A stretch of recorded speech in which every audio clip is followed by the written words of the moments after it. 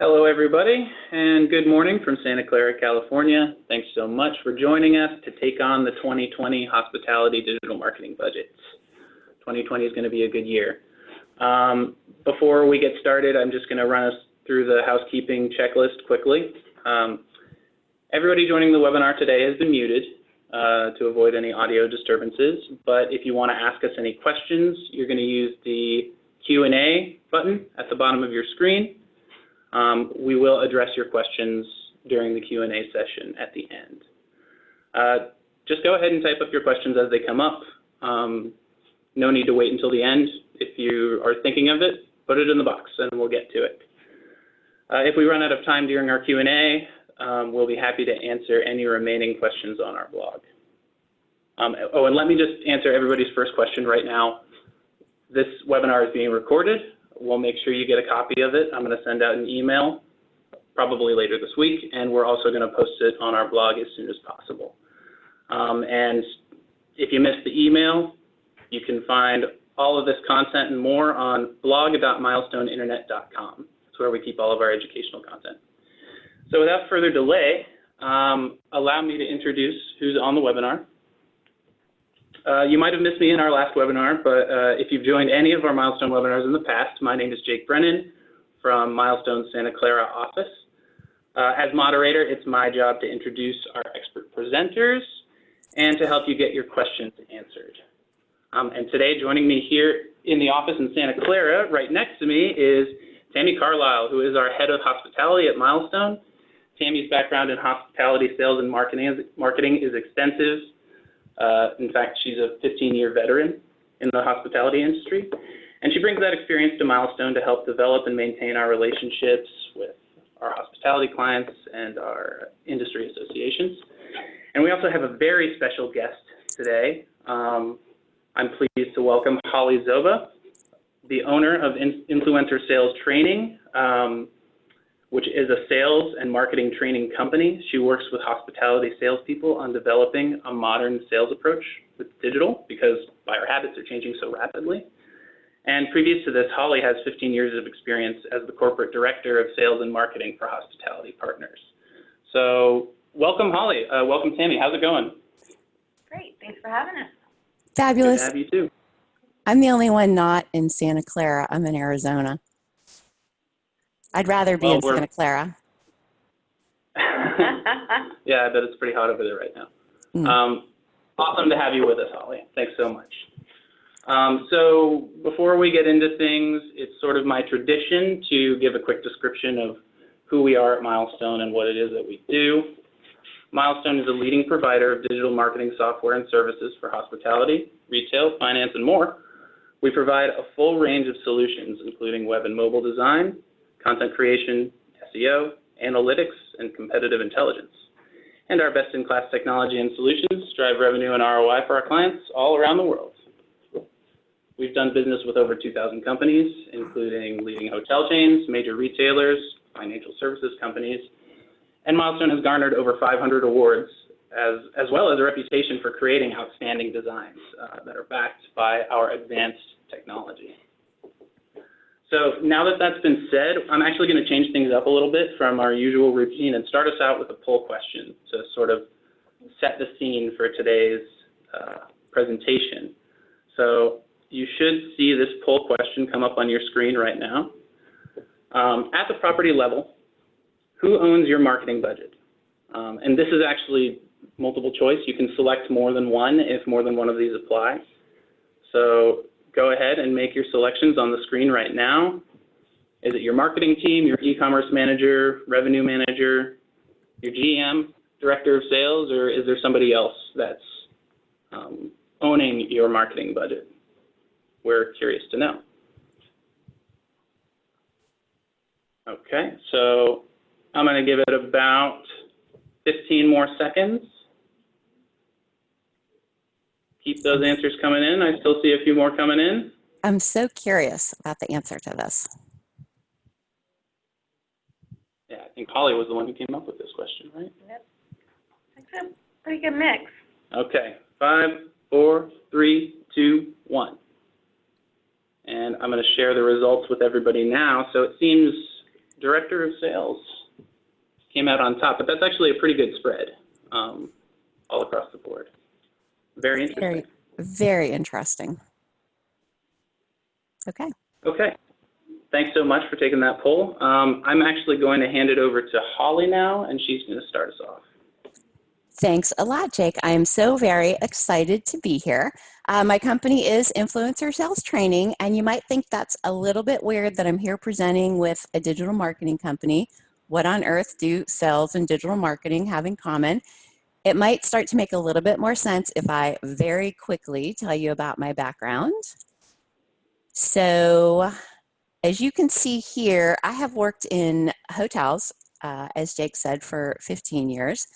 In sales, I was also a general manager for a brief period of time. I've also worked in the training world and in the digital marketing space. I've been very involved with the HSMAI Marketing Advisory Board for a number of years, many, many years, because I helped them create the CHDM, the Certified Hotel Digital Marketer, that hopefully some of you in this audience have actually taken. And I also co-authored the study guide for the exam. So that was a lot of fun delving into this world pretty deeply. That experience, listening to brand leaders and vendors in the marketing arena from the advisory board, really taught me a lot how our customers were changing.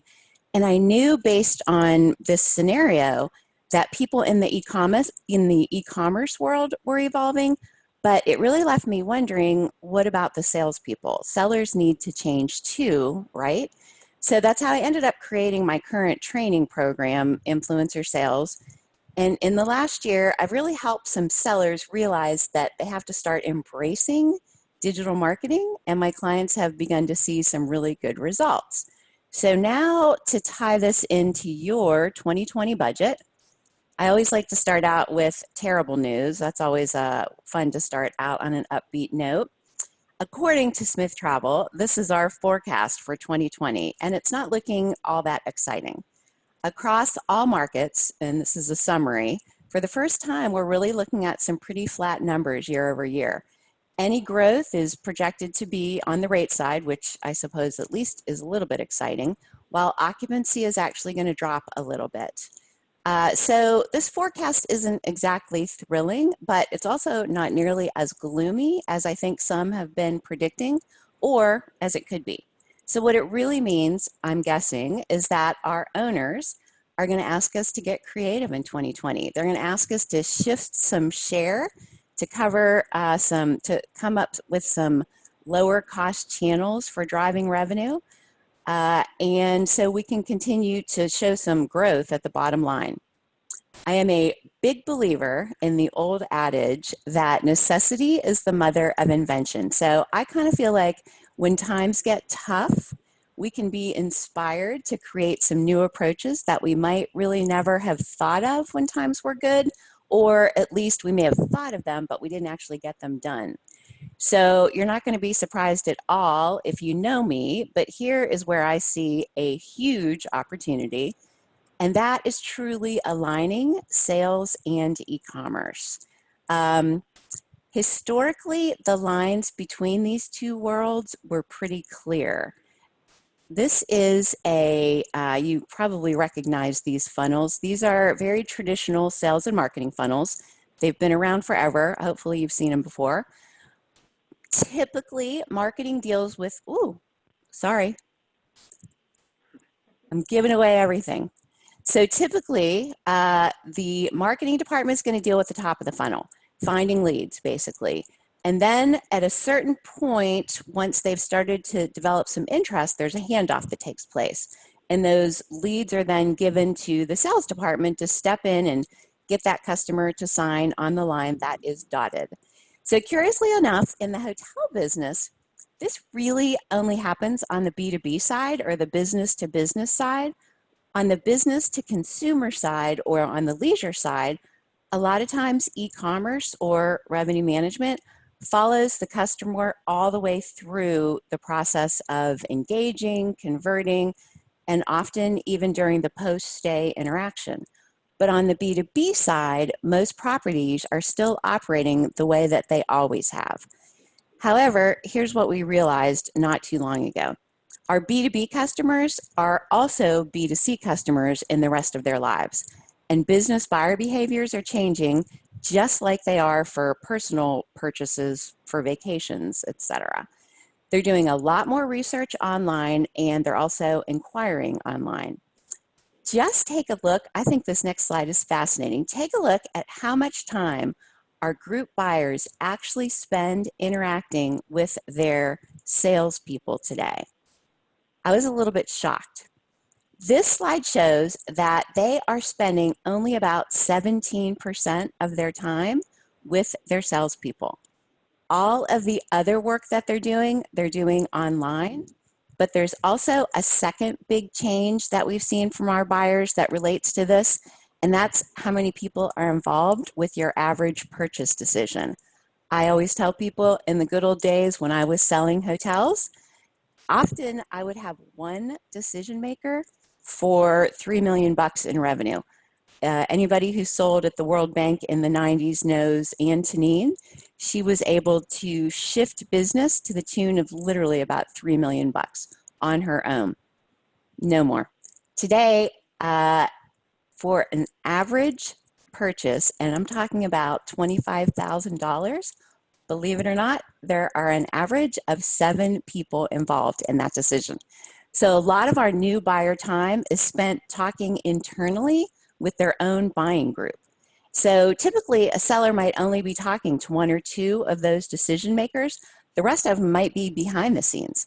So in reality, what e-commerce is doing for the B2C side, they're also going to need to do on the B2B side and help us salespeople out.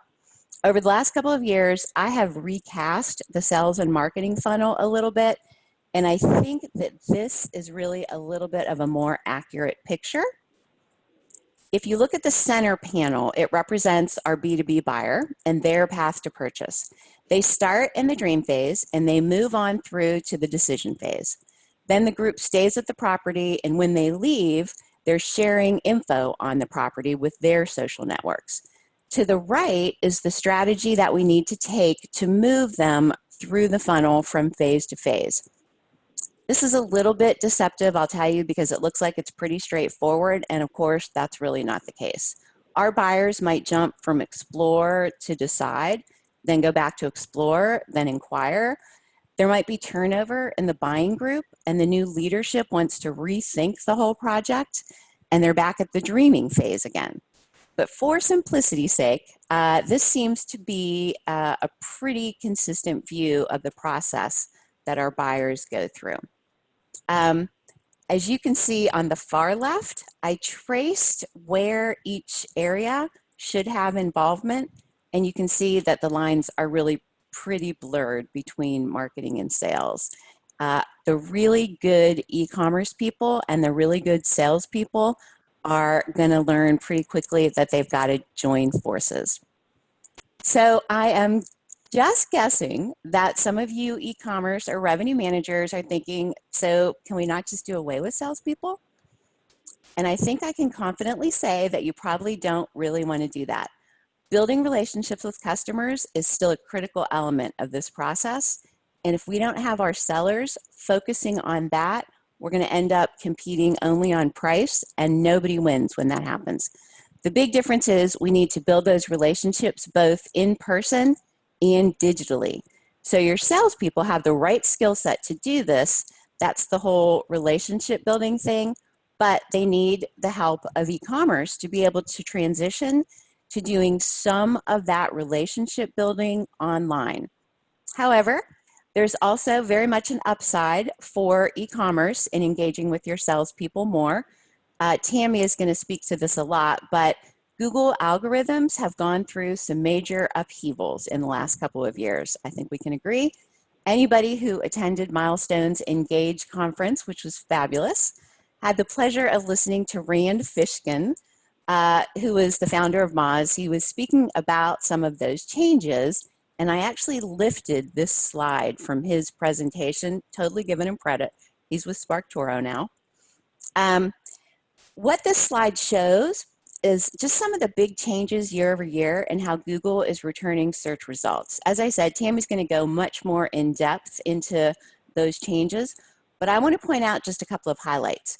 Intent matching, more so than just keywords, brand authority, and link quantity are three of the top drivers of search results today, and integrating more closely with your sales team can help in all three of those areas. So a closer relationship between the two disciplines can really result in a win for both sides, I promise. But what exactly am I suggesting? You don't have to necessarily share offices. I have three suggestions to start with. First, you got to more closely align your goals and KPIs. I'll give you some examples of what I mean by that in a minute. Second, you have to get your salespeople to start building out some B2B buyer personas that e-commerce can use. And again, I'm going to show you exactly what that looks like. And finally, sometimes you're going to have to hope and pray, because as you begin to work more closely, these two departments, putting them together, there's going to be some turf wars and some bruised egos. I don't know what you're smiling about there, Tammy. It just happens. So it's best to kind of prepare for them in advance. All right, so I want to talk a little bit here about aligning your KPIs. Up on this board that looks a little bit chaotic, which is just how I prefer things, I've listed some traditional e-commerce KPIs like keyword performance or measuring the percent of new visitors to your site. And then I've also listed some sales KPIs. So we measure ourselves often by the number of activities. So how many prospecting calls we make or how many emails we send. And again, some of those KPIs should stick strictly on the sales side, but there are a bunch of KPIs that I've shown really in the middle that I feel like both sales and e-commerce teams should share and be responsible for and be rewarded for if they're successful. For example, website traffic lead ratio. If sellers are generating great buyer personas for their B2B customers, e-commerce managers ought to have a much clearer picture where and how to attract new and more qualified leads. Social engagement, your authority and engagement on your social channels matters more to Google this year, and your salespeople can be a big help there by sharing great content that matters with their clients. Email open rates, again, if sellers provide great detail in their personas, your email blasts ought to be more targeted. So I think this is just the first step of blending your KPIs so that you both have similar goals. It's a critical first step towards integrating the two skill sets. And if you keep all of your KPIs separate, there's really no incentive for you to work together. E-commerce is going to think, I'm going to hand off a lead, and it's sales problem if they don't close it. So finally, I want to touch very quickly before I turn this over to Tammy on exactly what is involved in a buyer persona. I have on the screen here something that we developed for my sales training, and I just want you to notice that a B2B persona looks a little bit different from a B2C. This is the information that your salespeople should be collecting and uncovering from every market segment that they sell to.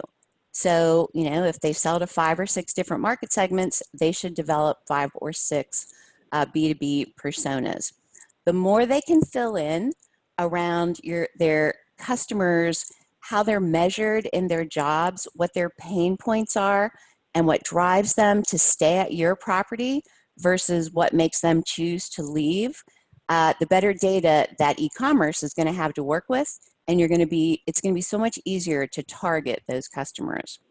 If you look here, I have a typical, not everybody uses exactly the same, but this is really a typical B2C buyer persona, and you can see it's kind of similar, but you're going to focus on a couple of different things on the B2C world: their income levels, their hopes and dreams, their worries, who influences them.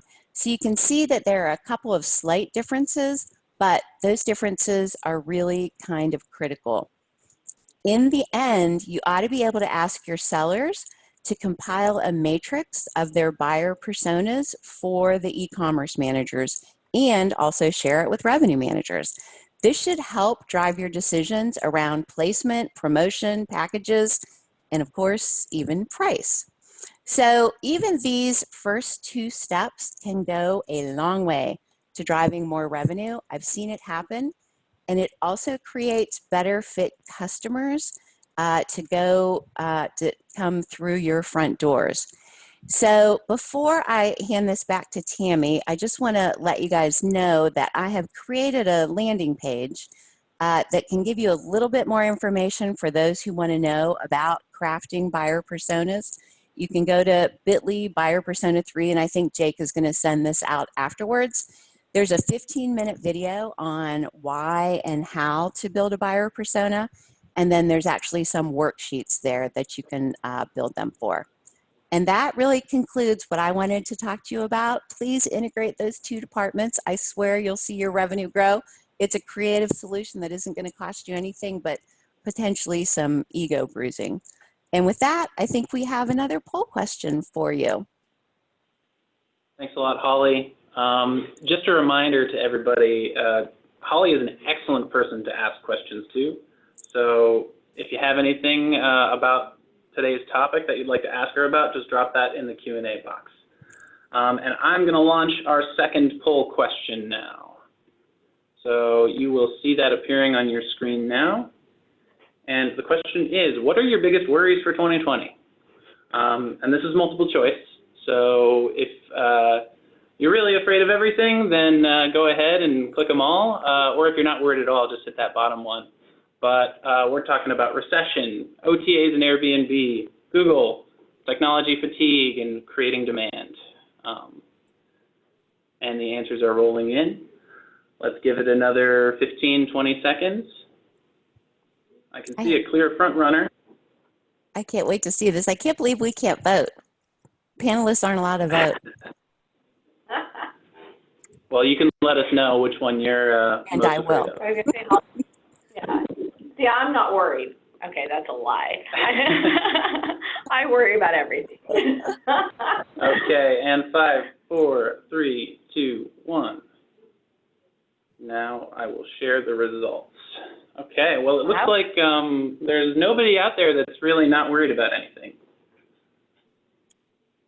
Not one person. No, and a lot of worries about the, supposed recession, which from the hotel data conference a couple weeks ago, I mean, realistically, 2020, 2021 is kind of where people are estimating we start hitting. So yeah, it's definitely something worth being worried about. Holly, where are you on this? I think so. I guess I'm probably most worried about the recession, but I am actually excited that people are nervous about creating demand because, again, that whole necessity is the mother of invention. They'll get creative about finding unique ways to create demand. I think that's great. Sure. Yeah. Thanks so much. Okay, we're going to hand it over to Tammy now. Awesome. Thanks, guys. Holly, thanks so much for putting together. I wasn't laughing at anything in particular. I think you're right that there's occasionally some bruised egos, but sales, marketing, e-commerce, revenue management, all working together is always the best strategy. So with that in mind, I'm going to get a little bit more into, I don't want to say the nitty-gritty, but some nitty-gritty about what are the things you should be thinking about as you prepare your plan. So Holly's giving you some great high level, coordinating sales, marketing, e-commerce, revenue management, thinking through goals, creating buyer personas. And I want you to start thinking very specifically about what are the goals, what are you trying to accomplish, right? So it could be that you're a brand new property and you're just trying to build awareness. You're trying to create people, create demand, create people that actually know about you and increase that visibility of who and what you are. It could be that you're an established hotel and you're in a market where you're getting 40, 50, 60, shoot, I was talking to some groups earlier this week, 70% plus OTA contribution, right? So maybe your goal is that, hey, we're running great occupancy, but we want to reduce our dependency on the OTAs. We want to drive more direct revenue. Could be that you want to boost business, whether it's meetings, weddings, whatever your need periods are. So really start getting specific about what those goals are and how you plan on accomplishing them. And then when you start thinking about the different levers that you have when it comes to digital marketing, we're going to start with probably my favorite, and that's your website and your platform, your technology, all of the things that go along with your digital presence. So I'm going to start by asking a very simple question that should be forefront in everyone's mind. Is it time for a new website? And let's give you some things. I'm not going to tell you yes or no, but I'm going to give you some things that you should be thinking about. Number one, how old is your site? I won't say if it's 2 years, if it's more than 2 years, you should definitely redo it. But I'd say that's a good starting point to really start thinking about, whether or not the site is it getting a little bit old? Does it create the experience? Does it create the look, the feel, the emotional connection that you're looking for? Does it really align with who your property is and what you're hoping to convey to consumers when they come to your website? That doesn't mean that if you're a small select service economy property, you want to look like a 5-diamond resort, but it means you want to represent yourself for who you truly are in the best possible light. Are you showing things on there? Is it easy to navigate? What does the architecture look like? I was reviewing a site just earlier before the webinar where the offers were all over the place, but were in places that really didn't make sense and weren't kind of aligned. And there were a lot of things I felt they could do to streamline the navigation, to make it easier for consumers to come through their site. Remember, you've got 3 goals when it comes to your website and digital marketing: building awareness, creating or shifting demand and getting those eyeballs on your website. It's about when they're on the site, are you make it easy for them to navigate through, to see things? And then are you, at the end of the day, driving them down a path to convert, right? At the end of the day, who cares how beautiful your website is if nobody's booking it? In fact, one of my sales reps, that's his, he was a former client, and before he worked with Milestone, he actually had someone from his visitors bureau call him up and say, you have a beautiful website, too bad nobody can find it. Right? So those are things to be mindful of and the questions you should be asking. If it's not time to build a new website, let's talk about some other things that you could be doing. And if it is time to build a new website, let's talk about some things. So content. We've all heard the cliche, content is king. I definitely subscribe to that, although I am not a content writer myself, nor do I play one on TV. But content is something very important to be thinking about when you're looking over your website, whether or not you're going to completely redo the website or you're just thinking of strategy. Now, content takes multiple forms. So let's start with destination content. You want to have content on your website that talks about the market and the things to do.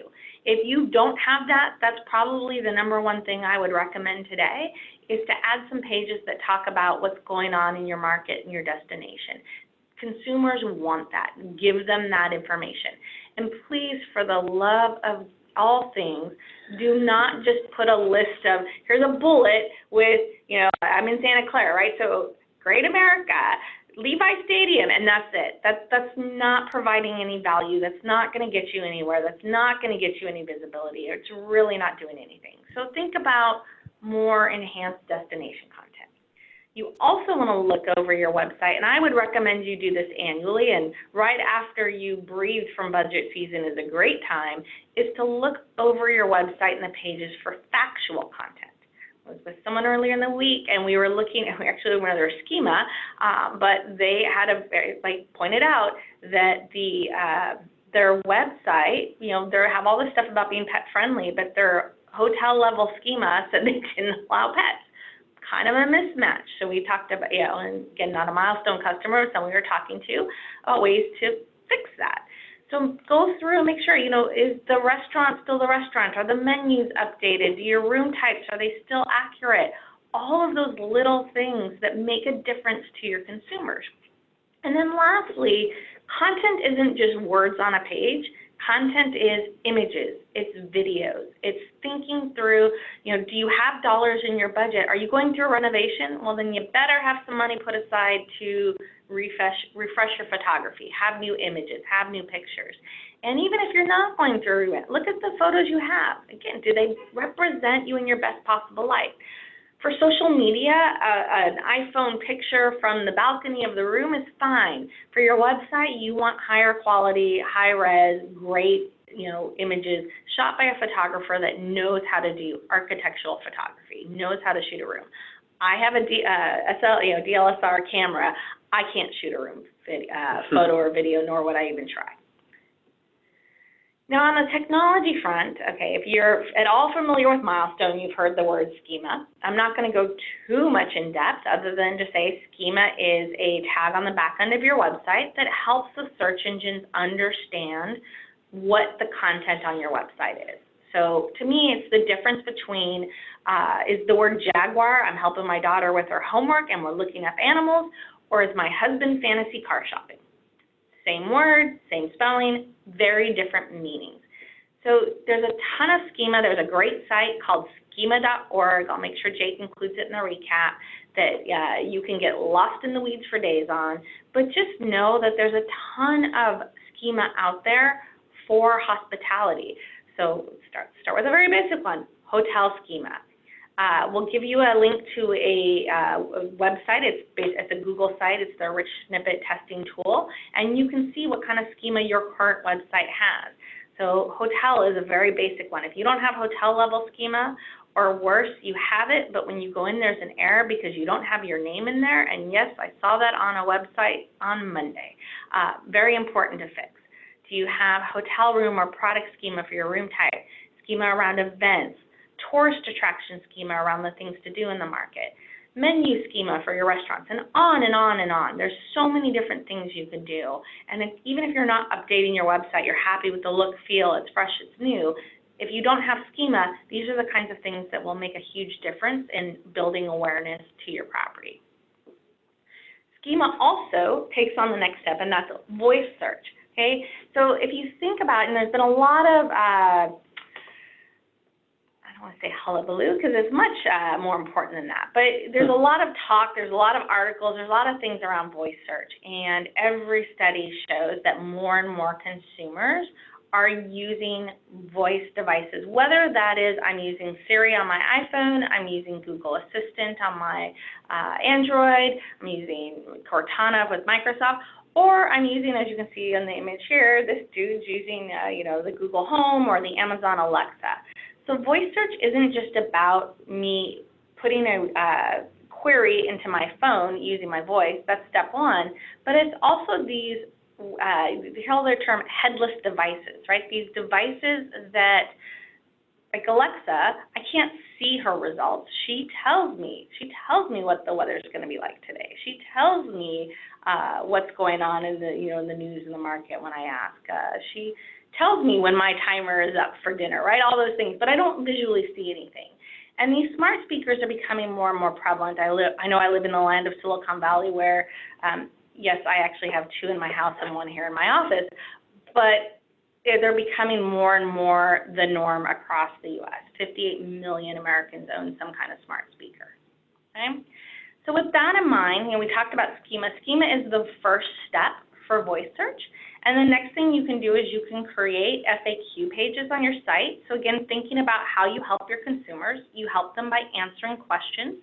Voice search is all about people are asking more questions.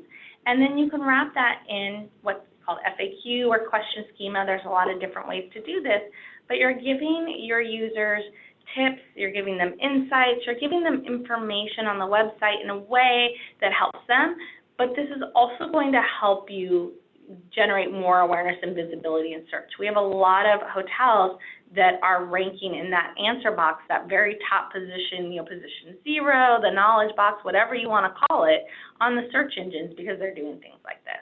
So definitely something, even if you're not rebuilding a whole website, how can you add stuff like this in and make sure you're budgeting for it? Another thing is event calendars, making sure that you have information on your website about the events, not only that are happening on the property. If you're a large resort, you probably have a lot of events, but what's going on in your backyard? If we go back a couple slides, 67%, 2/3 of consumers want content and information on the destination. Let's give that to them.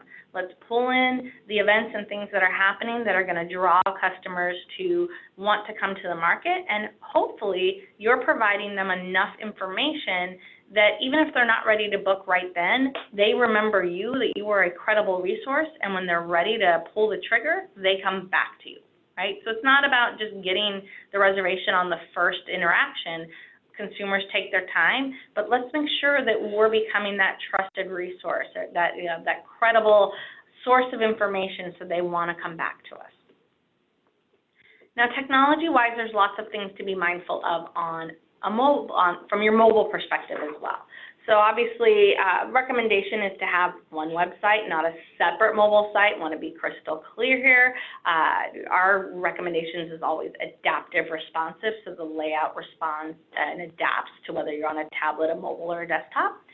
And there's 4 things to be thinking about: speed, thinking mobile first. We'll talk a little bit about that in a second. And then technologies such as accelerated mobile pages and progressive web apps. And, more than 50% of all searches are done on a mobile device. I know I can hear you guys screaming at me that, yes, but mobile conversion is not there yet. The interesting thing is, I know for the OTAs, a lot of their mobile conversions are within within the next 3-7 days, right? So we want to make sure, how are we as hoteliers trying to combat that and making sure that users are coming to us and booking us? One of the first things is speed, and again, we'll send some, in the recap, we'll have some links to different tools you can use, but speed is a big impact, and Google has come out and publicly said they're looking at your mobile site. That's a mobile first index, and your consumers, 50% are going to leave a mobile site after 3 seconds if it's not loading, right? Gone are the days of, I'm going to totally date myself, but you've got mail. I remember being that excited I was an adult, but kid about AOL, and oh my God, I had 3 emails, yay, I'm so excited. And let's be real, nowadays we're all like, oh my God, another email. No, we're an impatient society. Your mobile site needs to load quickly. You also need to make sure that your site is built in a way that makes it easy for the consumer, right? Think, again, mobile first. A lot of hoteliers, in general, companies, get very excited about spending a lot of time on their desktop site to make it look pretty on the laptop, the desktop, wherever, but they don't think through the mobile strategy. So a lot of research is done. I know we do a lot of research on how does the user hold the phone. So, do they hold their phone like this? Do they hold it this way? How are they actually holding the device? And things like Tammy has fat fingers. How do I make the booking buttons big enough so that when Tammy goes to click on something, it actually goes to where she wants it to go to, right? So you got to think through all those things while also having a visually appealing site. Lots of things to think about. Then technology-wise in mobile, there's two pieces of technology. One is progressive web apps. Progressive web apps are interesting. It's a very fast, reliable way to display results. It looks just, it kind of looks like an app, but it's really your website. It also, because it's cached on their device, it's super fast. And you can, on an Android, not yet on an iPhone, although Apple keeps saying they'll allow this, you can actually use this to push notifications. So just like an app would push a notification on your screen, if the consumer says that they're willing to accept notifications, you can push those out. How great would that be if you have a restaurant and you're like, hey, we're a little soft tonight, let's push out some notices about specials to consumers who have accepted our notifications within a 30-mile radius. Right? So it's a great way to try and push more demand. And then the other technology is accelerated mobile pages. So AMP is a Google technology. It's basically, and I'm going to show you an example on the left and the right. The left is going to be an AMP, or an accelerated mobile pages site for a spa. The right is just a general search for a non-accelerated mobile page site. And I want to show you how differently they load. So take a good look at both screens. Oops, and that was good. Sorry, guys. Hold on a sec. See if I can get the video to run. There we go. Left, AMP, already loaded. right, is taking a while, right? So it's all about speed and efficiency. Now, Milestone is actually Google's case study for travel for AMP in the U.S. I'm going to tell you the case study for travel abroad outside the U.S. is Booking.com. Booking built over 100,000 AMP pages, probably has one for your property right now. So when you start thinking about how do I compete with the OTAs, what can I do, this is definitely something worth looking at and talking about with your team. It's not a huge cost, but it's something that can definitely help get you consumers on your site quicker. We've seen it lead to more visits, more impressions, more conversions overall. So definitely something worth thinking about. So now I've covered some of the website pieces, and obviously we only have an hour. We don't have a ton of, I could spend 5 hours talking website. There's a couple of other webinars we've done over the year, the biggest one being our top trends I think in January, that will give you, if you want to get a little more in depth into some of those technologies, some of those things. But I'm going to shift gears and talk a little bit about omni-channel marketing, big buzzword, omni-channel marketing.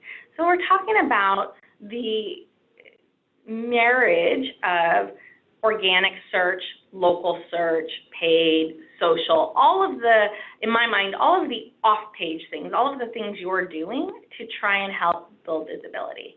This is a recent report showing organic search visits by device, and you can see that overall organic search dropped 6% in Q2 of 2019. Now, some of that aligns with what Holly was showing with Rand's slide about some of the different ranking factors. Some of this aligns with Google's doing more to show answers directly on the search results, leading to less clicks. The other thing that's interesting, if you look at year-over-year growth in organic search by engine, so Google, Yahoo, Bing, and if you don't know DuckDuckGo, we'll chat about it later. It's a very interesting model and idea, but you can see overall, all of the search engines, except for DuckDuckGo, are seeing a decline in overall organic search visits. So something to be mindful of. And then what you want to do is, again, omni-channel marketing starts with your website, and then thinking through all your different strategies. And we'll talk a little bit about some of these. Local search and SEO. So again, being mindful of the fact that organic search has dropped, percentage-wise. And so and by the way, SEO and organic search is not dead. I just want to clarify that. Not dead at all. Little percentage drops, which I think means it's even more important to be doing things to make sure your sites are showing up organically. Then we're going to talk about different types of paid advertising. Obviously, there's your traditional PPC or Google Ads and Bing and Yahoo, your programmatic and display advertising. So whether that's remarketing or the Google Display Network or Adara and Sojourn. There's your meta search, Google Hotel Finder, Trivago, Kayak. And then, of course, your email marketing, your CRM, your personalized things to tie it kind of all together. So you want to make sure from an SEO standpoint that you're thinking through how to rank, and not just keywords. So again, content, it's not about keywords, it's about topical themes. It's about getting out there and really thinking through the strategy. It's thinking about how your website loads, thinking about how secure the site is, and then thinking about the entity, right? Your hotel is an entity, and that making sure you're building the entity, and whether that's using schema and content and is more than just the actual keywords themselves. Okay. Local search.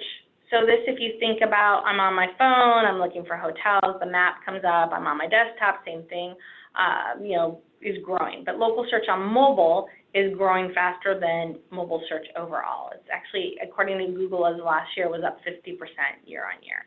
So you're getting a lot more local search. Local search, if you think about hotel searches, are almost entirely have a local component to them. So again, something to be mindful of.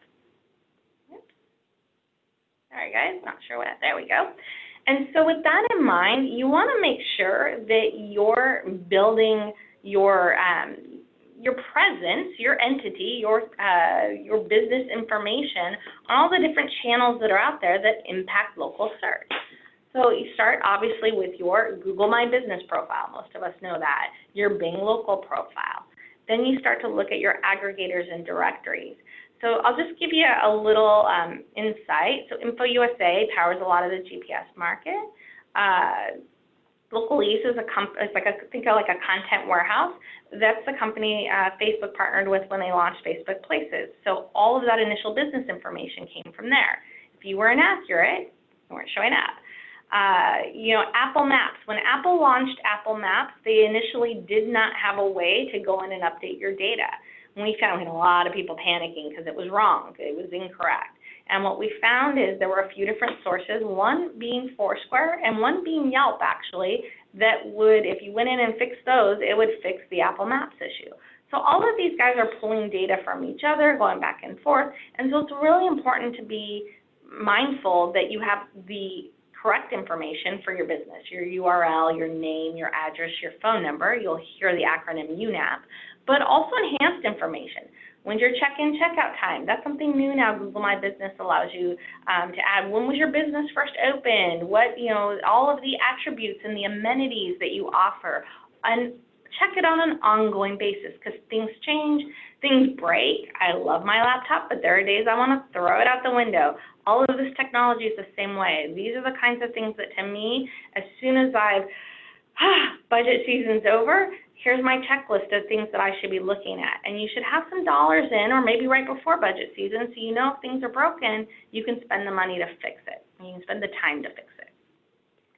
Then on the advertising side, we talked about some of the different, whether it's, traditional paid pay-per-click or, Google Ads and the like, your programmatic, your meta. Use personalized information. Holly spent a lot of time talking about buyer personas. Think about all the data that you have available to you today. So you probably have your website and a Google Analytics account. You probably have Facebook because you have insight data there. You have your PMS data. You have your CRS data. You may have your, your email data, right? All your CRM. Thank you. Acronym. And if you don't know what any of those acronyms are, ask. We'll answer. You have their website data. All of these different things. If you can align that together and personalize and segment your advertising, you're going to see better results. Think about it. One of my favorite examples, California hotels. And when I was a hotelier, I don't think it's changed much, but about 80% of our business came from Californians because, there is no other state. I'm kidding. I'm totally kidding. But Californians tend to travel within California, right? So why wouldn't I target some of my advertising just to Californians, maybe spend a little bit more, maybe do some different things to try and maximize the revenue, because I know that Californian stands a lot higher likelihood of booking me than someone in Nebraska. No offense to those of you in Nebraska, just an example, right? And that's just one piece, but then you can start looking at a lot of different demographics to create audience profiles, your personas, and you'll hear people talk about current customers, and then one of the industry terms is look-alike customers, or customers that aren't your customers today. Maybe they frequent your competition, but they behave like your customers. How can you pull those over? So again, when you're thinking about creating demand and shifting share, don't we all think that, hey, if this is a great customer for me, these other customers that behave like them would probably be a great customer for me too. And again, talking through all these different ways to segment. I get ahead of myself, so we won't go through all this in detail. But you can get your email list, your web data, Google AdWords, and pull it all together to get those new lookalike and current customers. Now, you also want to, as you're putting together your strategy on the paid side, think about your goals. So I talked about two early on. Am I a brand new hotel, or am I a hotel that's been around for a while and really wants to just maximize direct revenue? And then look at the different channels that are out there and what you want to focus on. So a brand new hotel needs to spend some more dollars in the awareness bucket. And then you notice I'm not saying how much to spend. That's a very market-centric question. I would love it. It's like, it depends, right? It depends on your goals. Are you a 1,000-room big box in San Francisco, or a 50-room select service property in Fresno, right? The numbers vary. But what I would say is to really think about what your goals are and align where you're spending your dollars with those goals. One of our recommendations is, always to look at maximizing impression share for brand, and you can do that without spending a ton of money, but the more you can maximize your impression share, the more you make sure the OTAs, even if they are bidding on your brand name, that consumers are coming to you. Another big channel right now that we're seeing a lot of growth in is Google Hotel Finder and some of the meta channels, but specifically Google Hotel Finder. We're seeing a lot of opportunity for hotels to generate more revenue, not just for branded. We're actually seeing it start to impact unbranded search. So kind of some interesting things. But again, think through the goals there. Then, of course, there are tools out there that you want to look at and probably put some dollars aside for that will allow you to do things like audit, benchmark yourself versus your competition, look at your keywords, look at different insights, look at competitive insights, again, versus your, your competitors, whether it's down the street, or I always recommend you look at not just your star comp set when it comes to online, because you may find that your online competitors are very different than your star comp set. And one of the easiest ways to kind of see what's out there is when you do a search for your hotel name, and you'll notice on the right-hand side, you'll see the Google Knowledge Graph, the GMB profile. Google will say people also search for, and they'll list some other businesses. That's who Google considers your competitors. So take a look at that and see how that aligns with your star competitors. And then, of course, analytics and reporting, making sure that you're thinking through what are you doing to get the data back, right? We have all this data. How are you compiling it? How are you pulling it together? There are tools, there are companies out there that will help aggregate this information, especially if you are a multi-property management group or brand, to really allow you to slice and dice data in ways quickly and easily to make better decisions. So these are all things that you should be thinking about when you're putting together your budget. And I have two just kind of summary slides. This is one I really like. This is actually something that our VP of products, this is being recorded, but who's a brilliant man, and don't tell him I said that. But anyway, the idea here is really thinking through kind of software and tactics and different layers, right? So you start with your foundation and you build from there. And one of the reasons we put this together is because a lot of people get really enamored with the shiny object, and I know I do, the shiny object in the room, right? So it's like, ooh, I want to do voice search. Yeah. But if you don't have schema on your website, if your website doesn't have an SSL certificate, like there's some real basics that need to be done first before you can even start to think through some of these strategic levels. And that doesn't mean if you're only at a foundational level, that doesn't mean you're bad or you're, every company has its different level. Some want to be at the very far-reaching edge of the curve, and some want to be, play it a little safe in the middle, and some are just like, hey, we're good where we are. There's nothing wrong with these layers, but it gives you kind of a good idea of different strategies, and you can look at where you're at and what you might want to implement into 2020 to help take, the next step. So on that note, just really thinking through, like I said, you want to start by thinking through your goals, thinking through your buyers, the personas, the audiences that you have available to you, and then align that with different tactics.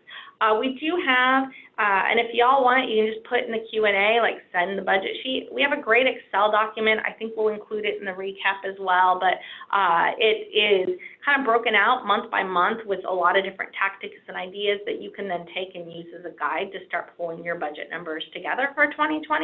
But whether you're thinking about your website, your, the SEO and technology piece, local, your paid marketing, the revenue optimization, the analytics, make sure you're thinking about this, whether you're on the sales side, whether you're on the e-commerce, the revenue management, the marketing side, that you're aligning with all of your teams and you're thinking about your strategies holistically and how you can best work together to make sure that 2020 is the best year you've had, even if a recession hits, even if other things that we're worried about come to fruition.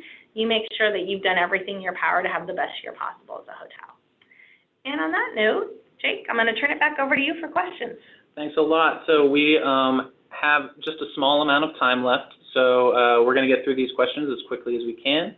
I just want to announce really quickly that some of you have asked about the slides, and I'll make sure that those are available in the recap. And now you guys have the ear of Tammy and Holly. They're experts, so put your questions in the Q&A box, and I'm going to start us off with a question here for Holly. What is the appropriate amount of personas to have per hotel? What's too many? What's too little? And Holly, okay, there you go. I don't think you can have too many.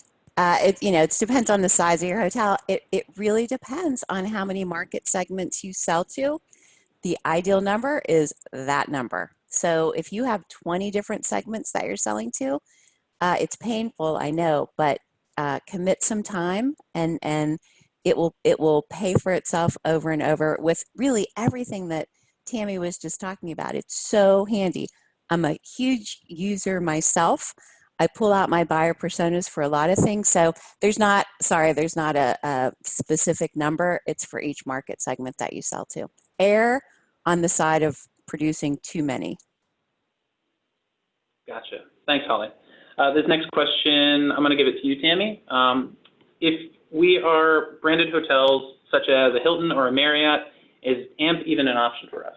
That's a great question. So, and I'm going to qualify the answer. If you are a branded hotel and you only have a brand site, you are constrained by what the brand does. I will tell you that a lot of brands are starting to look at technologies, whether it's AMP, whether it's Schema, and really start to implement those things. So that would be my first step, would be to talk to Samara, your MDS person, Hilton, I forget the name of the program now. Someone's going to hit me over the head with it here in a little bit. But talk to those managers and see what they're doing, what those paths are.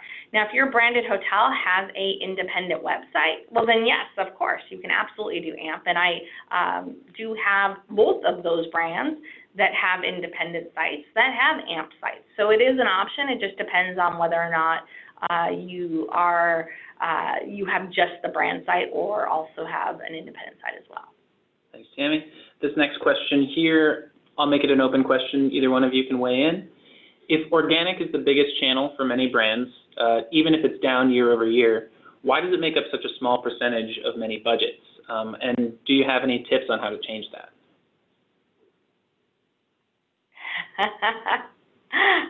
Tammy?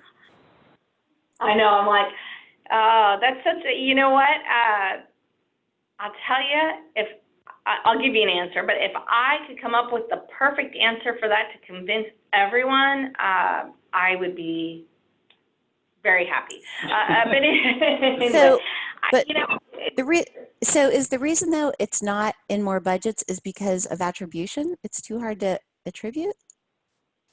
I don't think it's attribution. You know what I think it is? I think it's that, if you think about at a very base level,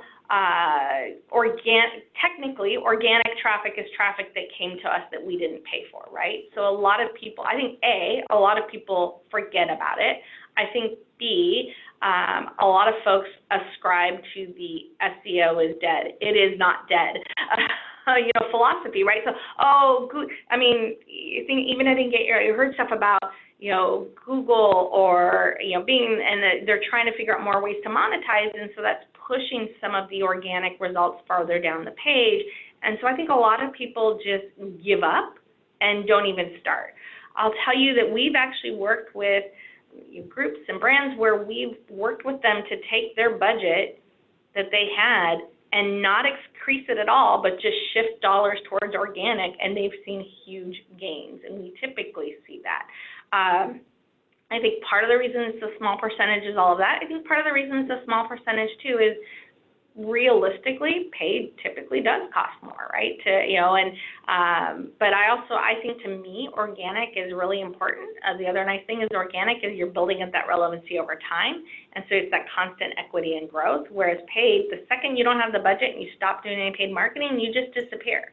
So I think organic's important. I think those are some bullets or ideas, and I'll reach out to the person who asked that question offline, and we can kind of have some more dialogue, and we'll maybe throw a few more things on the site. Holly, did you want to add something? So the stuff that you talked about with Schema and also FAQs, it's a little bit weird, but that really is contributing to organic as well, because it's not necessarily going to be very measurable on the paid side, but if you do it, you're going to see more revenue. If you don't do it, you're going to miss out. Somebody else is going to. Sure. Absolutely.